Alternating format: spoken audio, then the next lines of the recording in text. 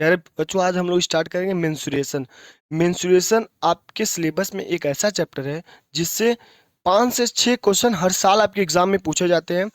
और मेंसुरेशन के अंतर्गत अब मैं आपको बेसिक से स्टार्ट करूंगा, मतलब जीरो से हीरो की ओर आपको लेके जाऊंगा।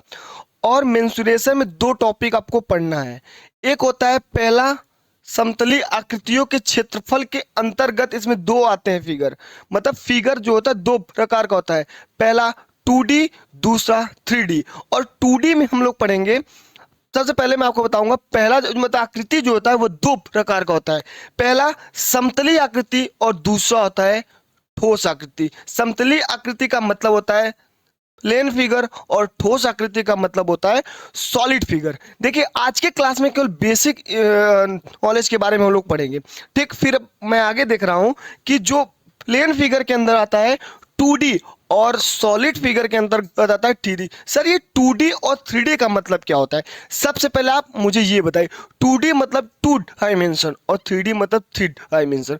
मतलब सर 2D का मतलब ये होता है, अगर आपके पास कोई प्लेन फिगर है, मतलब अगर मैं एक कॉपी ले लूं तो कॉपी के ऊपर का जो सरफेस होता है वो 2D होता है। ठीक। और 3D मतलब उसमें हाइट हो। बाबा, 2D का मतलब ऐसा फिगर जिसमें हाइट ना हो, केवल लंबाई और चौड़ाई हो, हाइट ना हो, वो होता क्या है आपका 2D। और अगर 3D का मतलब होता है उसमें हाइट भी हो, मतलब लंबाई चौड़ाई और ऊंचाई भी हो, तो वो आपका 3D होता है। तो अब सबसे पहले देखिए, किसी भी चैप्टर को पढ़ने के पहले उसमें क्या पढ़ना है, कैसे पढ़ना है, अगर आपको पहले से पता हो तो चीज़ें आपके लिए आसान हो जाती है और चीज़ें ज़्यादा समझ में आती है। तो सबसे पहले मुझे आपको ये बताना है कि 2D के बारे में क्या क्या पढ़ेंगे और कैसे कैसे पढ़ेंगे। ठीक। और 3D के बारे में मुझे आपको ये बताना है कि उसमें कौन कौन से टॉपिक को कैसे कैसे पढ़ेंगे। तो आइए मैं हम लोग स्टार्ट करते हैं सबसे पहले कि 2D के बारे में क्या पढ़ना है आपको। 2D के बारे में किस किस टॉपिक को मुझे पढ़ना है 2D में, सबसे पहले आपको पढ़ना है। देखिएगा,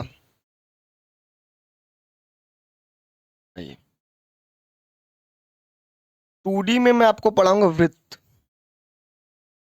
सर, वृत्त क्या होता है बताऊंगा। 2D में जो पहला टॉपिक आपका सर्कल, सेकंड होता है त्रिभुज। इसमें इसको इंग्लिश बोलते हैं ट्राइंगल।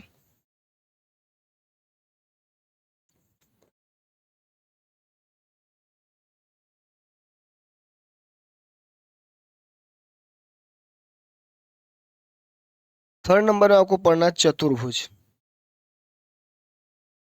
मतलब क्वाड्रिलेटरल।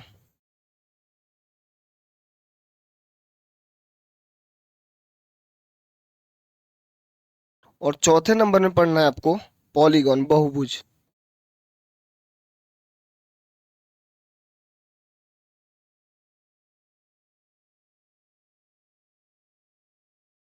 इन्हीं फिगर के बारे में हम लोग डिटेल डिस्कशन करेंगे।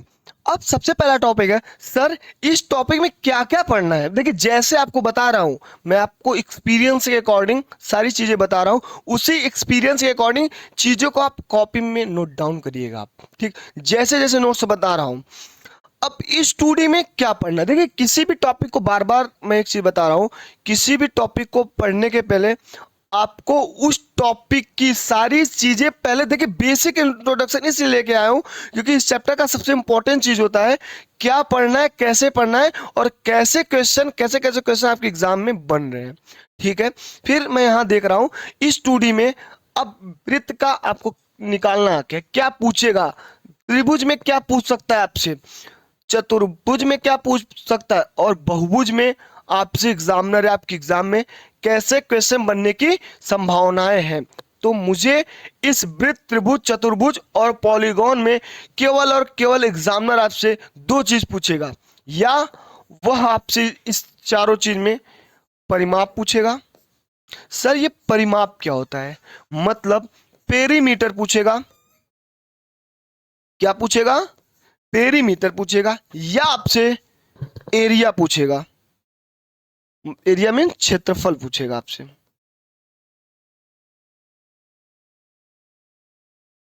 ठीक है। आपसे एग्जामिनर केवल और केवल दो चीज पूछेगा।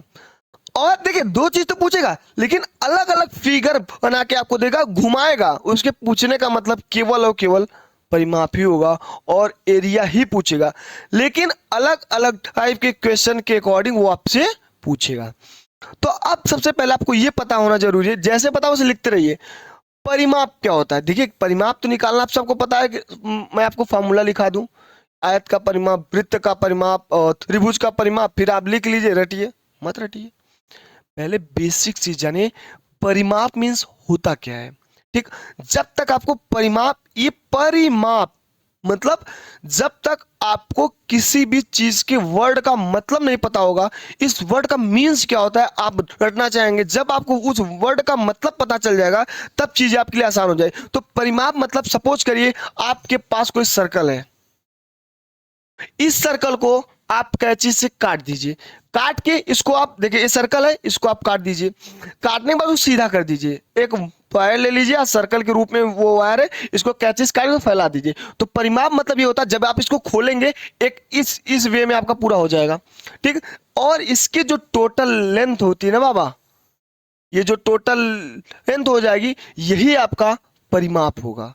सपोज करिए कोई आपका खेत है, ठीक, खेत किस वे में होता है, ये तो स्क्वायर होगा कि तो पेरीमीटर होगा, या तो आपका उसे बोलते हैं आयताकार होता है। चलिए अगर कोई खेत आयताकार है आपका, अगर मैं इसका आपको पेरीमीटर पूछूं तो आप इस खेत को या इस कागज को एक कैंची से काटिए, फिर इसको पूरा खोल दीजिए, जो इसकी टोटल लेंथ होगी मतलब जो टोटल लंबाई होगी, यही आपका पेरीमीटर होगा। क्लियर हुआ? जहां तक मुझे लग रहा है चीजें आपको समझ में आ गई होंगी। ठीक है,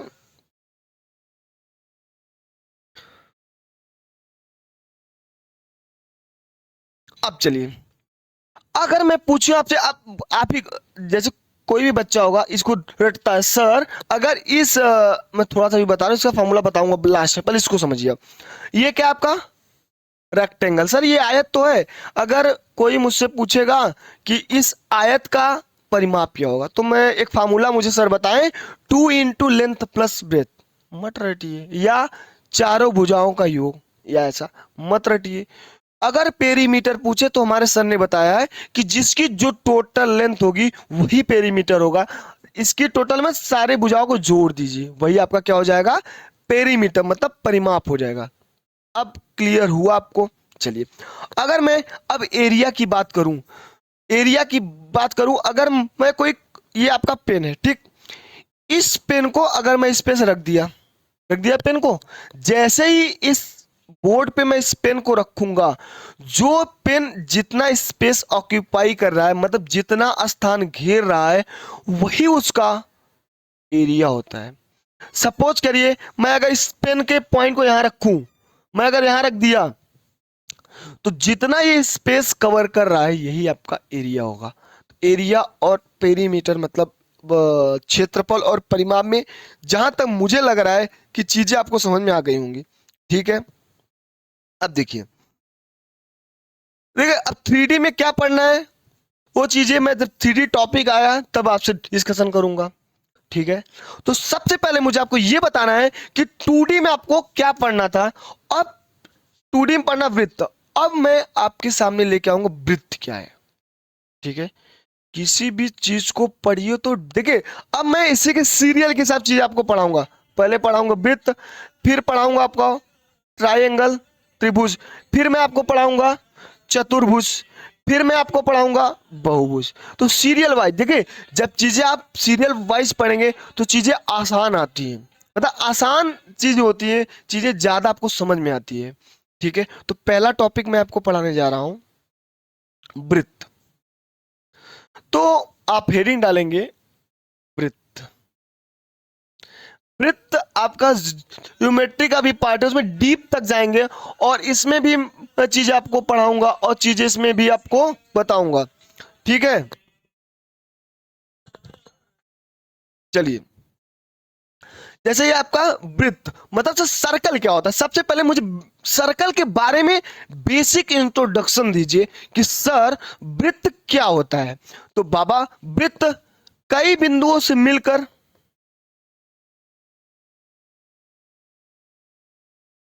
एक वृत्त का निर्माण होता है। चलिए मैं अगर इन बिंदुओं को बना दूं ऐसे,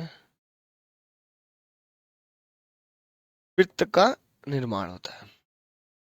ठीक है, कई बिंदु को मिलाकर एक वृत्त का निर्माण होता है।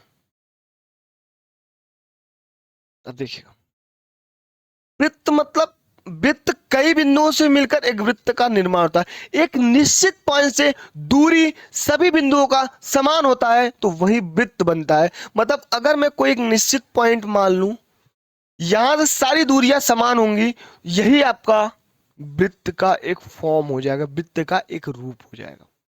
समझ में आया? बोलेंगे जी सर। एक बात और, इन्हीं वृत्त, इन्हीं बिंदुओं का जो समूह होता है, इसको हम लोग क्या बोलते हैं? परिधि।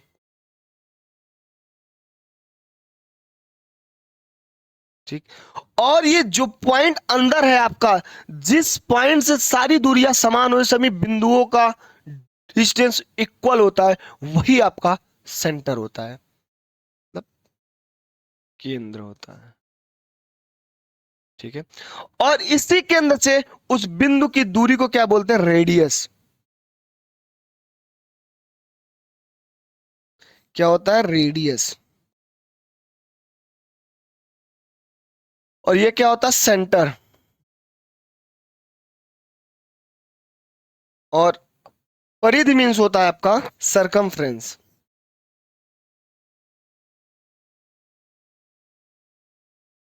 आइए, अब जहां तक वृत्त की बेसिक बातें आपको बता दिया हम। ठीक, मतलब वृत्त को जानने के पहले ये पॉइंट जानना बहुत जरूरी था। किसी भी, सपोज करिए आपका सर्कल है,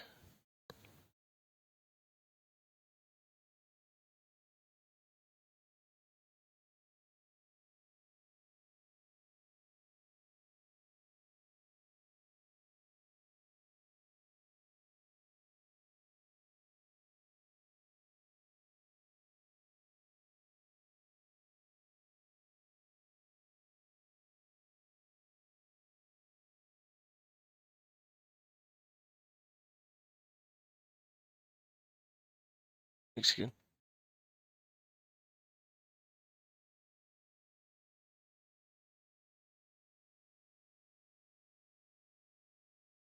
चलिए, ये आपका कोई सर्कल है, देखिएगा।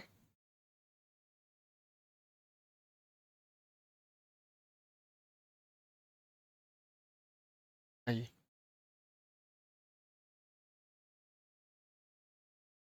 चलिए, ये आपका सर्कल है। ठीक, अब ये जो, अगर मैं इसको पॉइंट आउट कर दूं कि ये कई पॉइंटों से मिलके बना है आपका सर्कल, ठीक है, कई पॉइंटों से, ये सपोज करिए पॉइंट है आपका, अगर मैं इसको सेंटर मान लूं, इस सेंटर से जो दूरी होगा ना, यही आपका क्या होगा? रेडियस। ध्यान दीजिएगा आप, ये क्या हो जाएगा आपका? देखिएगा, अगर मैं इसको कोई सेंटर मान लूं, केंद्र, यहां से दूरी क्या होता है आपका? त्रिज्या, मतलब रेडियस।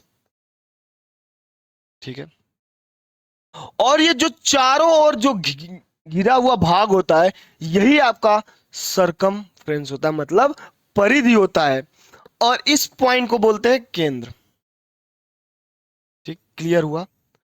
अब आप हेडिंग डाल लीजिए, some important point related to circle. लिख लीजिए, क्या डालेंगे? बोलेंगे सर,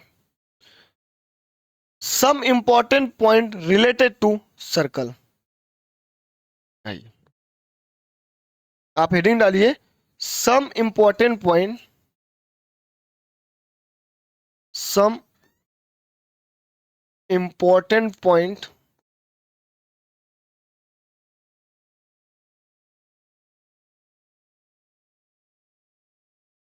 रिलेटेड टू सर्कल।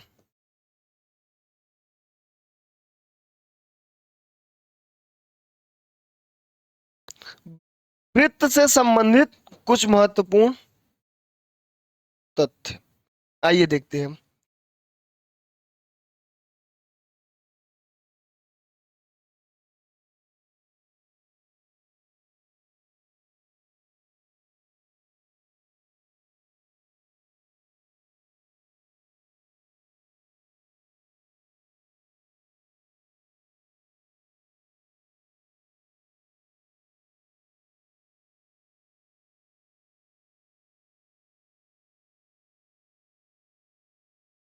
चलिए देखिए, अब इसमें सबसे पहले वृत्त का जो इंपॉर्टेंट पॉइंट पढ़ना है, मुझे सबसे पहले ये जानना है इस वृत्त में क्या क्या इंपॉर्टेंट चीजें होंगी, और सबके बारे में पहले डिटेल्स मैं आपको बताऊंगा, फिर डिटेल्स उसका सोल्यूशन कराऊंगा। ठीक है, आइए जो पहला पॉइंट पढ़ना है इसमें कि वृत्त का केंद्र क्या होता है। पता है ये वृत्त एक बहुत बड़ा सिलेबस होता है, ज्योमेट्री का पार्ट होता है, लेकिन मैं आपको 2D में भी पढ़ाऊंगा और ज्योमेट्री में भी वृत्त के बारे में मैं आपको चीजें बताऊंगा, कैसे कैसे वृत्त में क्या क्या होता है, लेकिन मैं बेसिक इंफॉर्मेशन इस 2D में भी आपको सर्कल के बारे में बता दूंगा। तो वृत्त में सबसे पहले आपको पता करना है कि सर वृत्त का केंद्र क्या होता है। ठीक है, सेकंड नंबर पे होता है कि सर अगर वृत्त का केंद्र, तो वृत्त का त्रिज्या के बारे में पढ़ेंगे। सर ये वृत्त की त्रिज्या क्या होती है। सर वृत्त की त्रिज्या के बारे में पढ़ना है हमको, वृत्त की त्रिज्या के बारे में पढ़ना है। तीसरा परिधि क्या होता है उसके बारे में पढ़ना है, सरकमफ्रेंस के बारे में पढ़ना है, मतलब रेडियस के बारे में पढ़ना है, सेंटर ऑफ सर्कल के बारे में पढ़ना है,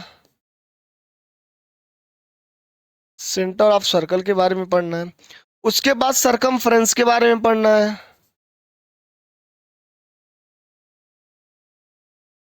ठीक है, फिर जीवा क्या होता है, केंद्रक क्या होता है, सबके बारे में पहले चीजों को, वर्ड को पकड़िए, फिर एक एक वर्ड को डिस्क्राइब करूंगा मैं। तो जीवा क्या होता है आपका,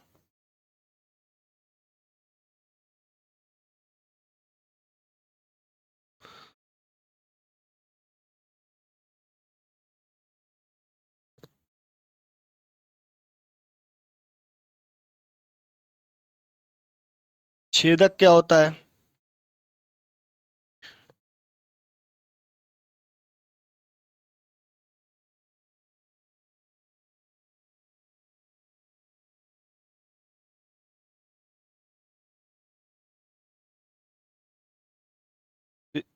स्पर्श रेखा क्या होता है, या स्पर्शी क्या होता है, इसके बारे में पढ़ना है। और त्रिज्य खंड के बारे में पढ़ना है, इसको बोलते हैं कॉर्ड।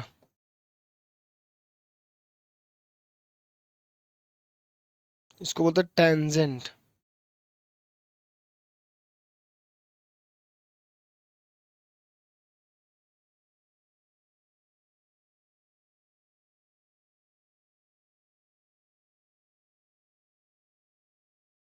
ठीक है, ये होता है आपका सेगमेंट।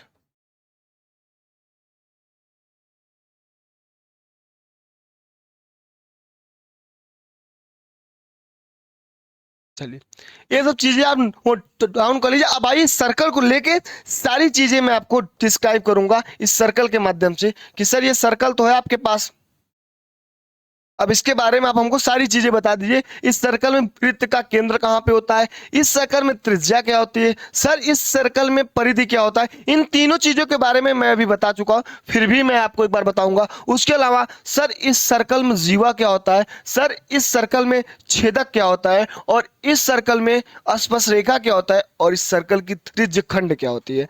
और एक बात और है आपका,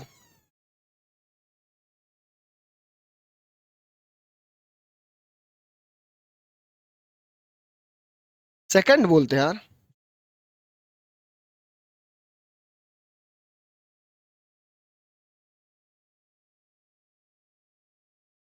सेकंड बोलते हैं इसको।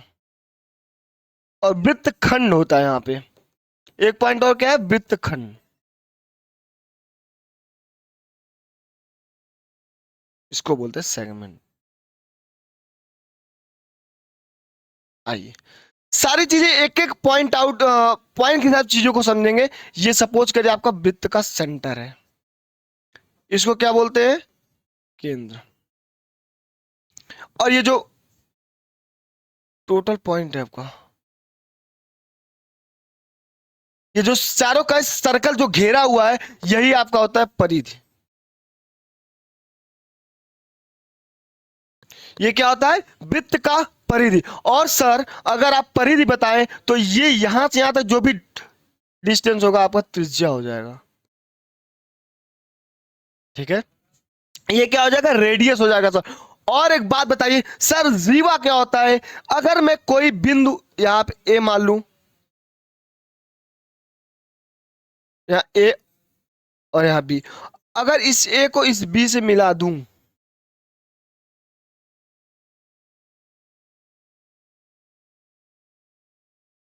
जीवा,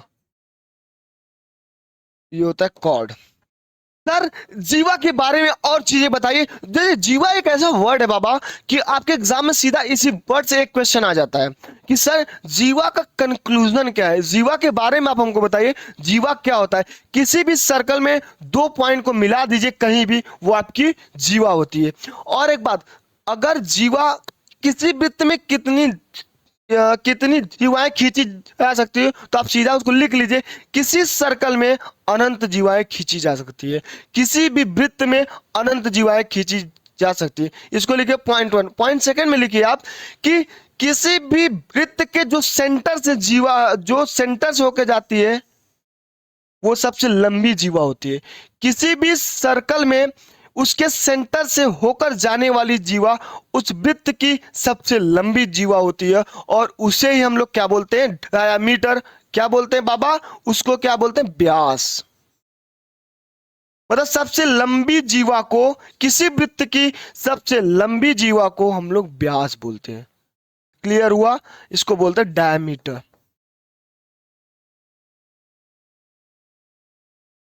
तो जीवा के बारे में सारी चीजें मैं आपको बता दिया हूं। नेक्स्ट पॉइंट चलते हैं, सर छेदक क्या होता है। अब आप हमको छेदक के बारे में बताइए। या बाबा ये आपका क्या है, जीवा। चलिए छेदक के बारे में जानने के पहले एक सर्कल और लेते हैं, और इस सर्कल को लेके चीजों को समझेंगे हम लोग। सपोज करिए एक सर्कल आपका ये है, ठीक। इस सर्कल के अकॉर्डिंग चीजों को छेदक क्या होता है, सर किसी पॉइंट, अगर मैं यहां सेंटर है आपका, सपोज करिए सी है, और अगर इस पॉइंट को यहां से यहां तक कोई वृत्त को दो भाग में विभाजित कर दे, मतलब ये पॉइंट क्या होता है, प्रतिच्छेद कर रहा है। ठीक है, ए और बी, देखो कोई रेखा है, वृत्त को दो भाग में डिवाइड कर दे, मतलब कि प्रतिच्छेद कर दे, काट दे, दो सर्कल को डिवाइड कर दे या काट दे, तो वही आपका होता है छेदक। और इस पॉइंट को यहां से यहां तक क्या बोलते हैं, छेदक। और किसी वृत्त में अनंत छेदक खींची जा सकती है। क्लियर? इस भी पॉइंट को नोट डाउन कर लीजिए। एज इट इसी लैंग्वेज में आपके पास अगर 5 से 6 न्यूमेरिकल आएगा, तो एक दो लैंग्वेज वाले क्वेश्चन भी आपके एग्जाम में देखने के लिए मिलते हैं, मतलब वृत्त से रिलेटेड। ये भी, ये जो सर्कल मैं आपको पढ़ा हूं, ये ज्योमेट्री का पार्ट है, उसमें भी डिटेल्स पढ़ेंगे। यहां भी आपको कुछ बातें बतानी जरूरी है, क्योंकि क्वेश्चन में सीधा सीधा आपसे परिमाप और क्षेत्रफल कभी नहीं पूछेगा। पूछने, उसके पूछने का मीन्स परिमाप और क्षेत्रफल होगा, लेकिन वो घुमा के पूछेगा आपसे। तो आप भी एग्जामिनर को घुमा दीजिएगा कि सर मुझे कॉन्सेप्ट सारी चीजें पता है, मैं 1 सेकेंड से 10 सेकेंड के बीच में किसी भी क्वेश्चन को सॉल्व कर लूंगा। चलिए आगे देखता हूं। अब आपको एक चीज और बताना है।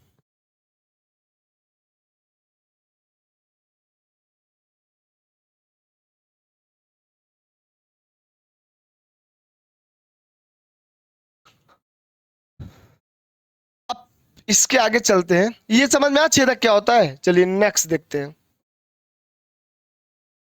अब इसको आप कॉपी में एज इट लिखे, जैसे पढ़ा रहा हूं स्टेप बाय स्टेप। ठीक है, आइए अब मुझे आपको क्या पढ़ाना है, त्रिज्यखंड और स्पर्श स्पर्श रेखा। अब आइए हम लोग पहले, सबसे पहले स्पर्श रेखा के बारे में पढ़ेंगे। सर ये स्पर्श क्या, स्पर्श रेखा मतलब टेंजेंट। सर टेंजेंट मतलब क्या होता है, मतलब इसको स्पर्शी भी बोल सकते हैं। आपके एग्जाम में स्पर्श रेखा लिखने का स्पर्शी लिख के आता है। कोई सपोज के सर्कल है आपके पास, ठीक है, ये आपके सर्कल है। अगर इस सर्कल से, किसी सर्कल के किसी एक बिंदु से कोई रेखा उस वृत्त को छू के या टच करके जाए, वही आपकी स्पर्श रेखा होती है। ये हुआ, ये क्या हुआ आपका स्पर्श रेखा। किसी एक पॉइंट को टच करते हुए जाए, तो यही क्या होता है आपका स्पर्श रेखा या स्पर्शी, टेंजेंट या स्पर्शी। ठीक है, क्लियर हुआ आपका? बोलेंगे जी सर।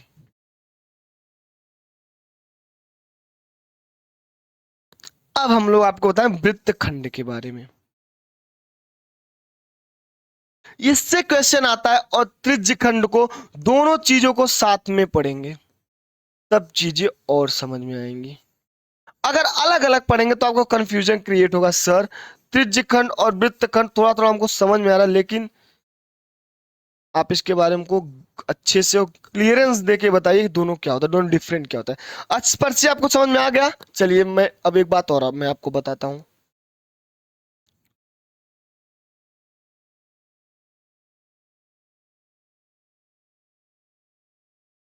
चलिए आइए, सर वृत्तखंड और त्रिज्यखंड, अगर मैं कहूं आपसे कि एक पॉइंट यहां पे मान लीजिए, एक पॉइंट यहां पे, अगर मैं यहां पे से खींच दूं, मतलब इस वृत्त को दो भाग में अगर मैं डिवाइड कर दूं तब क्या आपको समझ में आएगा।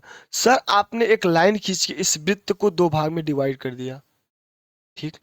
इसी वृत्त में देखिए कुछ पार्ट, इस पार्ट ऊपर वाले पार्ट का मान ज्यादा है, नीचे वाले पार्ट का मान कम है। मतलब जो एरिया ऑक्यूपाई कर रहा है इस सर्कल में, ऊपर वाला पार्ट और नीचे वाला पार्ट, इसको बोलेंगे लघु वृत्तखंड, आएगा एग्जाम में आपसे। और इसको बोलेंगे दीर्घ वृत्तखंड। सर अब थोड़ा सा और बताइए आप, ये लघु वृत्तखंड क्या होता है, जैसा ही नाम से आपको देखने के लिए मिल रहा है, सर इसको बोलेंगे लघु वृत्त के वृत्तखंड, मतलब सॉरी इसको बोलेंगे दीर्घ वृत्तखंड। दीर्घ मतलब क्योंकि बड़ा है, इसके नाम से ही लग रहा है। इसको बोलेंगे मेजर सेगमेंट। और बाबा इसको बोलेंगे माइनर सेगमेंट। समझ में आया? बोलेंगे जी सर। अब त्रिज्य खंड मतलब दो त्रिज्या खींचे उसके खंड कर दीजिए, वही होता है त्रिज्य खंड। मतलब इसका सर मैं कोई फिगर ले रहा हूं, यहां देखिएगा आप, एक सेकंड में आपको समझ में आएगा। सर आपने कोई फिगर लिया, यहां पे ले लिया, अब देखिए इस फिगर, ये क्या का सर्कल है, इस सर्कल में अगर मैं इस सेंटर मान लूं और मैं इसको दो भाग में डिवाइड कर दूं, ये और ये वृत्त कितने भाग में डिवाइड हो गया सर, एक पूरा पार्ट ये, एक पूरा पार्ट ये, ठीक है। मतलब अब इसको क्या बोलेंगे, एक फिर इसी में आएगा लघु त्रिज्यखंड और दीर्घ त्रिज्यखंड। सर थोड़ा सा और बताइए, इस जो दीर्घ मतलब बड़ा वाला, इसको क्या बोलेंगे, दीर्घ त्रिज्यखंड। भाई ये रेडियस है, ये रेडियस है, इसको अगर मैं ए मान लूं, इसको बी मान लूं और इसको सी मान लूं, सेंटर है आपका, ये त्रिज्य मतलब त्रिज्या के अकॉर्डिंग उसका खंड कर, मैं दो पार्ट में इसको कर दिया डिवाइड, और इसको बोलते हैं दीर्घ त्रिज्य खंड बाबा। और ये क्या होता है, लघु त्रिज्य खंड।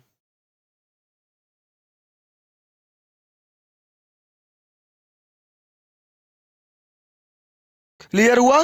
बोलें जी सर। चीजें, सारी चीजें समझ में आ रही, धीरे धीरे चीजों को और डिटेल में लेके जाऊंगा मैं आपको।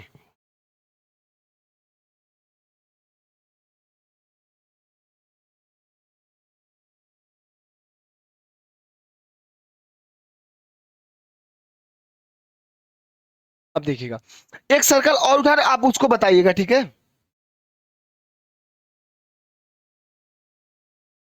चलिए अब इसमें आप खुद से बताएं, अगर मैं इसके सेंटर से दो भाग में डिवाइड कर दूं तो ये क्या हो जाएगा। तो आप सीधा बताएंगे सर ये तो अर्धवृत्त हो जाएगा, जिसे बोलते हैं सेमी सर्कल। क्यों कि इस सेंटर से आधे आधे पार्ट में कर रहा हूं ना इसको डिवाइड, ये क्या हो जाएगा आपका अर्धवृत्त खंड, इसे बोलते हैं सेमी सर्कल। क्लियर हुआ? इसे क्या बोलते हैं सर, इसको अर्धवृत्त खंड बोलते हैं, इसको सेंटर सी मान लीजिए, इसको ए और बी। ये आपका क्या हो जाए, पूरा डायमीटर त्रिज्या। क्लियर? अब आइए कुछ some important formula of circle, उसके बारे में चीजें समझते हैं और जानते हैं। अब आप हेडिंग डालीजिए, सम इंपॉर्टेंट फॉर्मूला ऑफ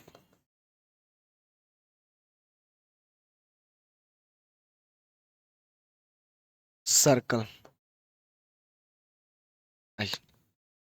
अब ये some important formula of circle means क्या होता है सर, अरे यार जितने वर्ड बताऊं उन्हीं सबका फॉर्मूला, पहला परिधि।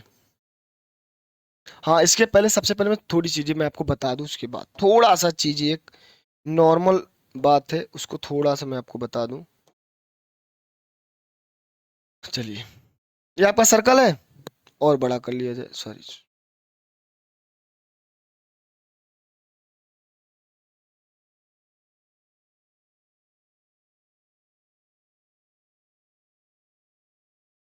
देखिए इसको, आइए अब देखिएगा, अगर मैं इसको सेंटर मान लूं और यहां से यहां तक का ये क्या हो जाए रेडियस, और ये क्या होता है बाबा डायमीटर पूरा ना, मतलब व्यास, मतलब डी, डी पूरा यहां से यहां तक बाबा। डायामीटर बराबर, इसको लिख लीजिए फिर में, व्यास बराबर 2 इंटू रेडियस, मतलब सर डी बराबर 2 इंटू आर। इसको नोट डाउन कर लिए, बहुत ही इंपॉर्टेंट फॉर्मूला है, बहुत यूज होता है इसका सर्कल में।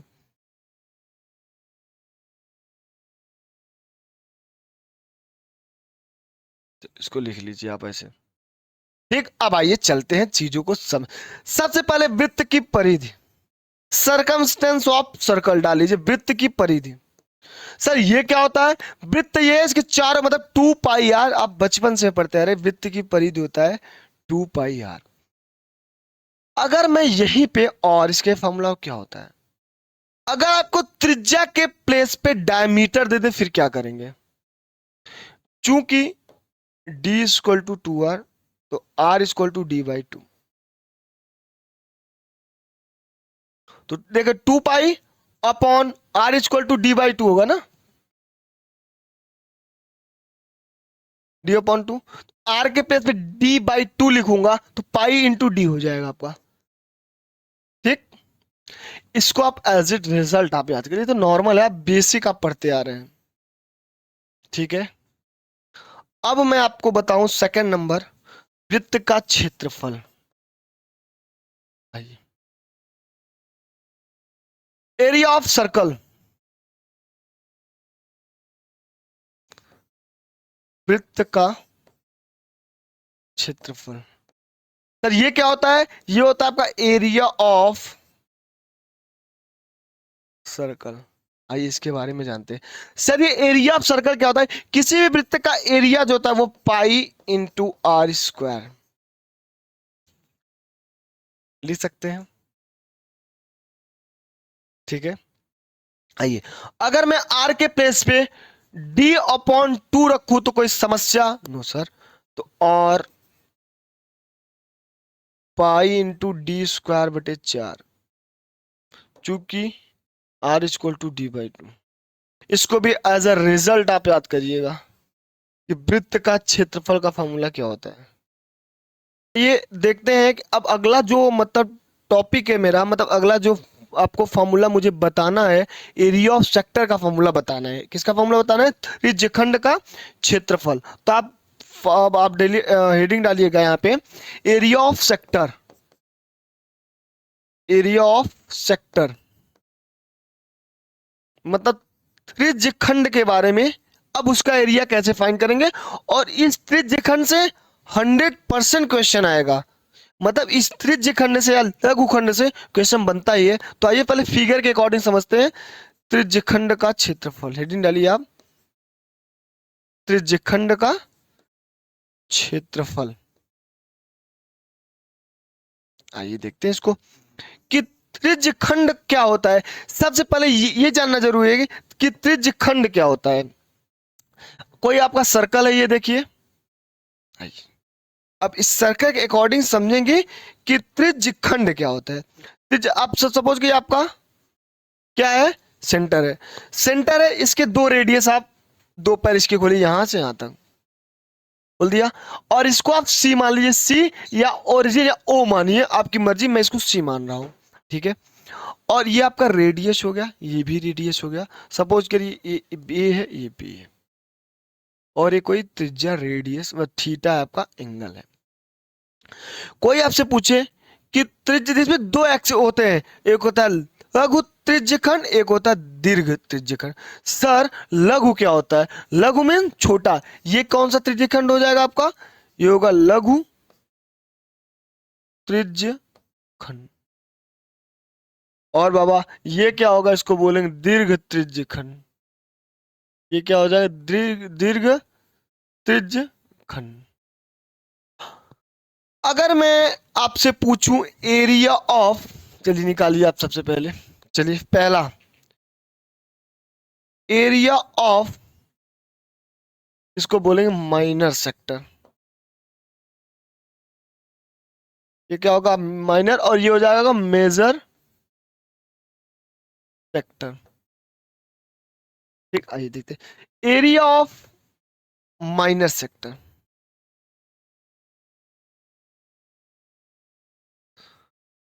लघु त्रिज्यखंड का क्षेत्रफल, लघु त्रिज्यखंड का क्षेत्रफल होगा आपका, बोलेंगे sir area of minor sector theta upon 360 degree into वृत्त का क्षेत्रफल, मतलब पाई आर स्क्वायर।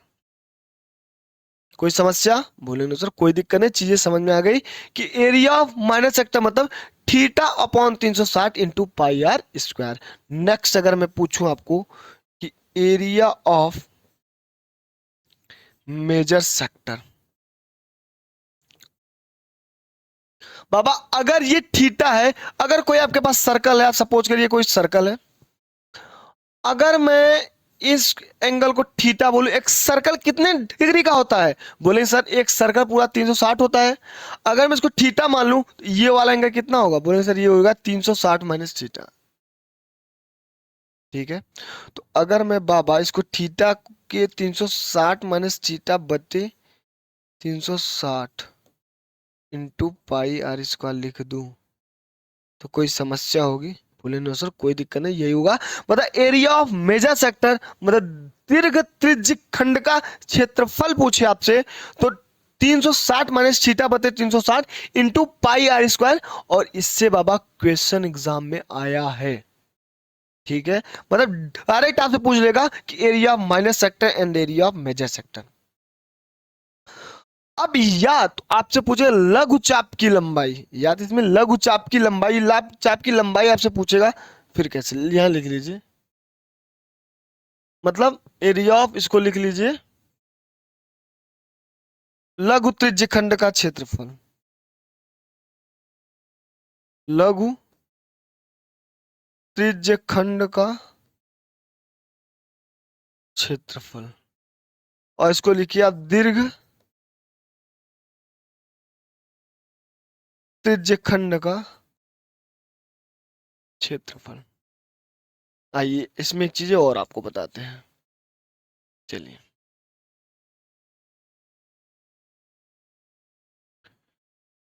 इसमें लिखिए लघु चाप की लंबाई, अब आप लिखिए लघु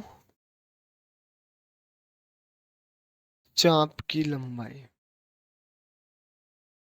डायरेक्ट इससे क्वेश्चन आ जाता है आपका, थीटा अपॉन 360 डिग्री, लंबाई की बात कर रहा है तो परिधि लेगा, मतलब 2 पाई आर, 2 पाई आर, और दीर्घ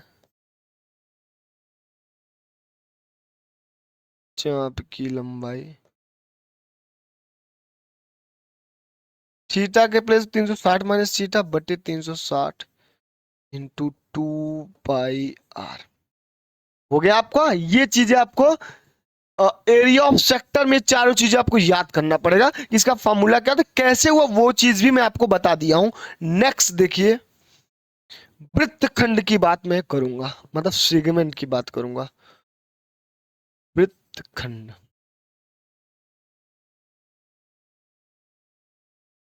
तो वृत्त के खंड के वर्ड से ही जहां तक मुझे समझ में आ रहा है, एक अगर मैं सर्कल ले लूं यहां पे,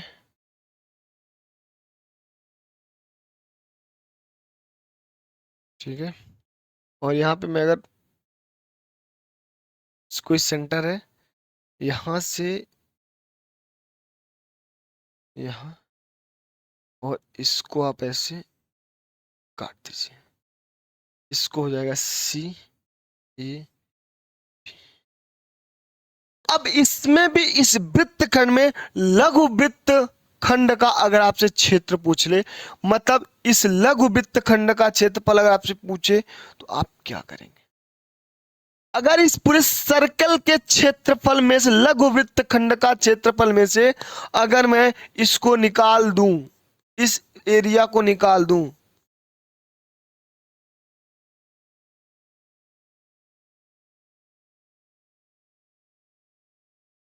तो लघु वृत्त का क्षेत्र, यहां लिखिए लघु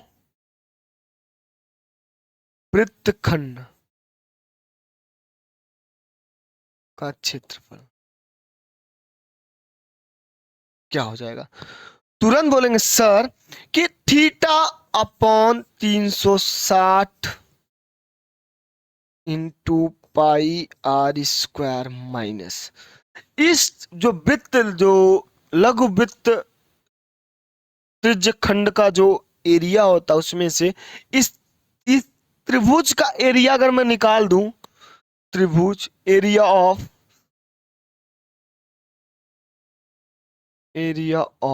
त्रिभुज ए सी बी मतलब इस लघु वृत्त खंड के क्षेत्रफल में से अगर इसको मैं माइनस कर दूं तो आपका क्या आ जाएगा? बोलेंगे सर मेरा लघु वृत्त खंड का क्षेत्रफल आ जाएगा। ये अब जैसे मैं आपको एग्जांपल कराऊंगा तो एग्जांपल के अकॉर्डिंग चीजें आपके लिए मतलब और आसान हो जाए। सिर्फ फॉर्मूले का यूज कैसे करेंगे, एग्जाम में कैसे क्वेश्चन आ सकते हैं।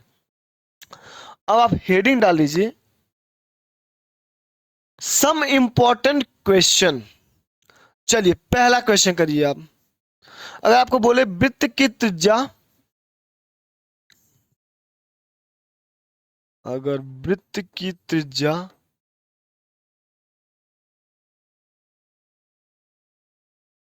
10 सेंटीमीटर है तो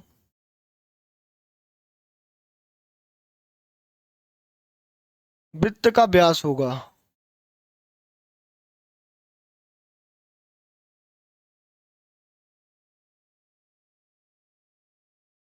आइए देखते हैं। अगर वृत्त की त्रिज्या 10 सेंटीमीटर हो तो वृत्त का व्यास होगा, अब व्यास बराबर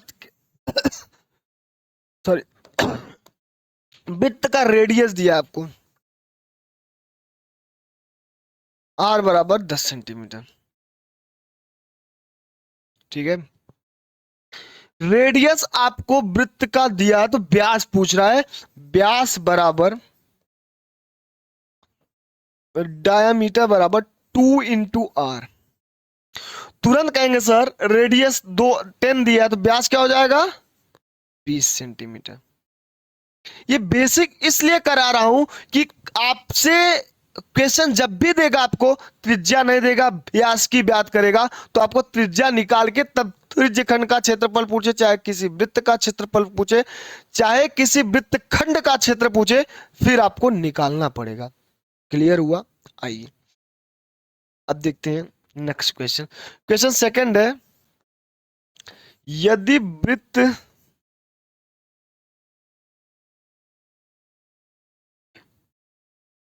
का व्यास 14 सेंटीमीटर है तो इसकी परिधि होगी। बाबा मैं वृत्त को आपको डिटेल में ज्योमेट्री जब पढ़ाऊंगा तब मैं बताऊंगा। वृत्त के बहुत ही लेवल तक जाएंगे, वृत्त के कम से कम 7 से 8 क्लास बनेंगे केवल वृत्त के। वृत्त का केवल 7 से 8 क्लास में आपको पढ़ाऊंगा जब ज्योमेट्री पढ़ाऊंगा। यदि वृत्त का व्यास 14 सेंटीमीटर है तो इसकी परिधि क्या होगी?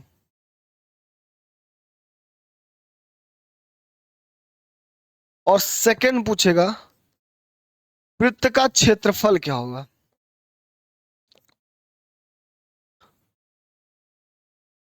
दोनों आपको निकालना है इस क्वेश्चन में। आइए निकालते हैं।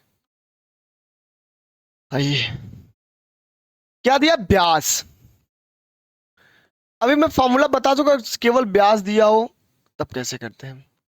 परिधि पूछ रहा है, परिधि बराबर क्या होता है? जब रेडियस पता हो तब 2 पाई आर, और जब व्यास पता हो तो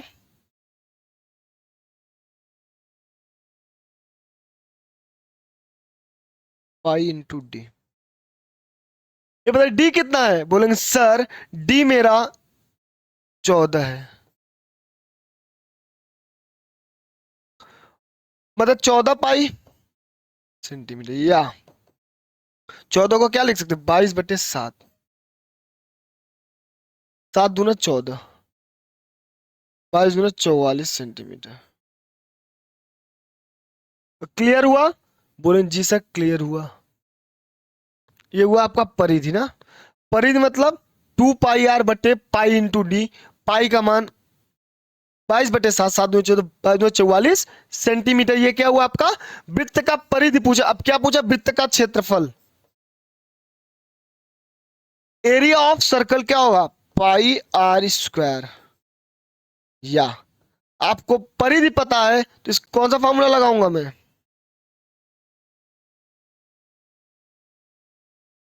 π × d²/4 लगाइए। परिधि पता है तो परिधि वाला लगाऊंगा फॉर्मूला, π × d का स्क्वायर 14 का स्क्वायर/4। पाई मतलब 22/7 इंटू 14 × 14/4। 7 दूना 14, 2 दूना 4, 2 11, मतलब 11×4 = 44, 1 11 × 1 = 11, 4 = 15, 154 सेंटीमीटर। ठीक है, सेंटीमीटर स्क्वायर। एरिया की बात कर रहा है, यहाँ पे परिधि की बात कर, इसलिए सेंटीमीटर। अब आइए एक क्वेश्चन उठाता हूं त्रिज्यखंड से, जो माइनर सेक्टर पूछा और मेजर सेक्टर क्वेश्चन पूछा। ये क्वेश्चन ये है,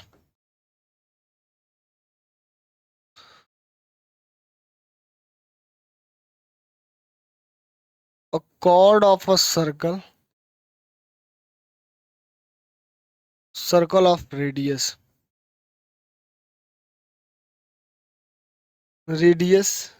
10 centimetre,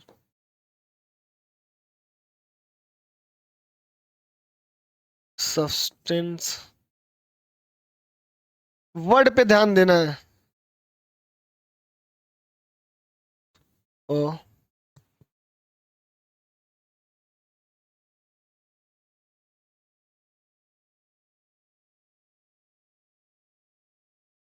substance or right angle at the center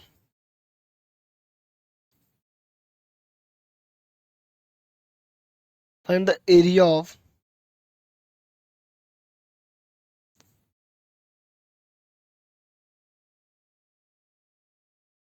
minor sector first,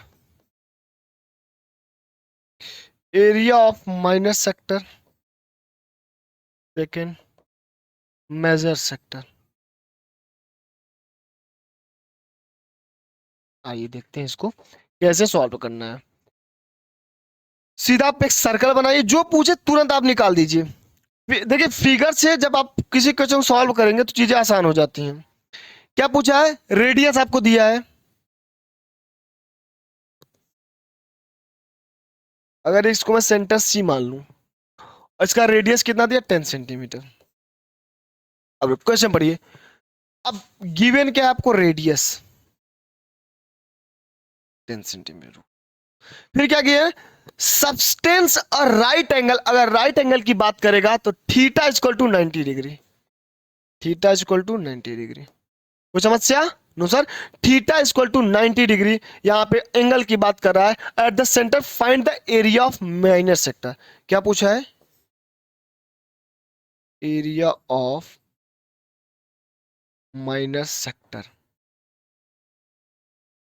जब एरिया ऑफ माइनर सेक्टर की बात करेगा तो इसका फॉर्मूला क्या होता है सर, एरिया माइनर सेक्टर अभी भी आप बताएं, theta upon 360 into πr²। Sir आपके पास थीटा भी दिया है, आर भी दिया है, तो माइनर सेक्टर की बात करेगा तो थीटा कितना दिया है सर, थीटा 90/360 इंटू पाई मतलब 22/7 इंटू, सर आर का मान दिया है 10 × 10 मतलब 10 का स्क्वायर, तो 10 का स्क्वायर। आइए आइए देखते हैं सर। अब इसको अगर मुझे करना हो 9 × 1/4 मतलब 1/4 इंटू 22/7 इंटू 10⁻100। कोई समस्या? आइए इसको भी सॉल्व करते हैं। अगर दो दो दूना 4, 11 इंटू 50, मतलब 550/7।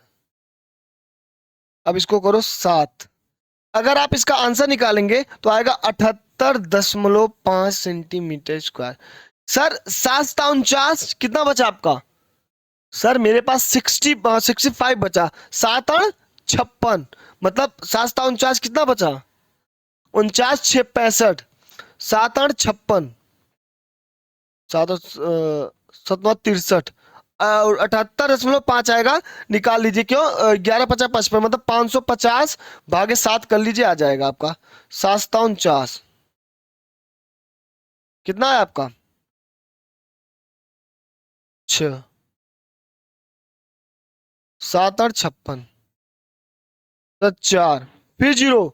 7 को 28, 7 5 35, पॉइंट लगाइए 35, फिर 5, फिर 7 49, मतलब 78.57 सेंटीमीटर स्क्वायर आपका क्या आ जाएगा? Area of minor sector. ठीक है, आइए अब मुझे निकालना है आपका एरिया ऑफ, चलिए यही निकालिए इसको, क्या मेजर एक्सिस। आइए एरिया ऑफ मेजर सेक्टर, आइए इसको निकालते हैं। ये होता है आपका 360 माइनस थीटा बटे 360 इंटू पाई आर स्क्वायर। चलिए इसको निकालिएगा। 360 माइनस 90, ठीक है। 360 minus 90/360 into pi, 22/7 into r, मतलब 100। ये हो जाएगा आपका 270/360।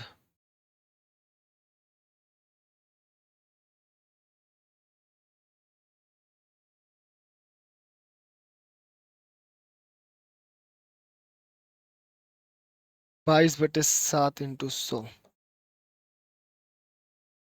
9 3 27, 9 4 36, 25।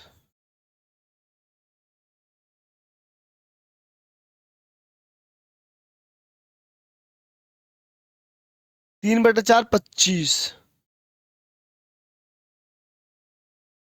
66 ×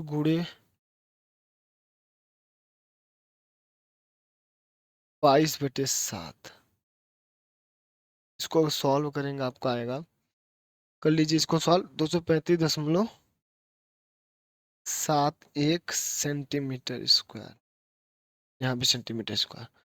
ऐसे ही क्वेश्चन एग्जाम में बन जाता है, इसको कैलकुलेटिव कर लीजिएगा। 235.71 सेंटीमीटर स्क्वायर आपका area of major axis and area of minor axis. ठीक है बच्चों, अब आप क्वेश्चन उठाइए, अभी वृत्त के क्वेश्चन मत उठाइए, और अगली क्लास में मैं आपको पढ़ाऊंगा ट्राइएंगल के बारे में, फिर ये बोलते हैं चतुर्भुज के बारे में, मतलब क्वाड्रिलेटरल के बारे में चीजें आपको बताऊंगा, फिर पॉलीगॉन के बारे में बताऊंगा, और बहुत बेहतरीन कॉन्सेप्ट और क्वेश्चन लेके आऊंगा आपके सामने। तो आप इस क्लास में मैं सारी चीजें आपको बताऊंगा। ठीक है बच्चों, जय हिंद, मिलते हैं आपसे नेक्स्ट क्लास में।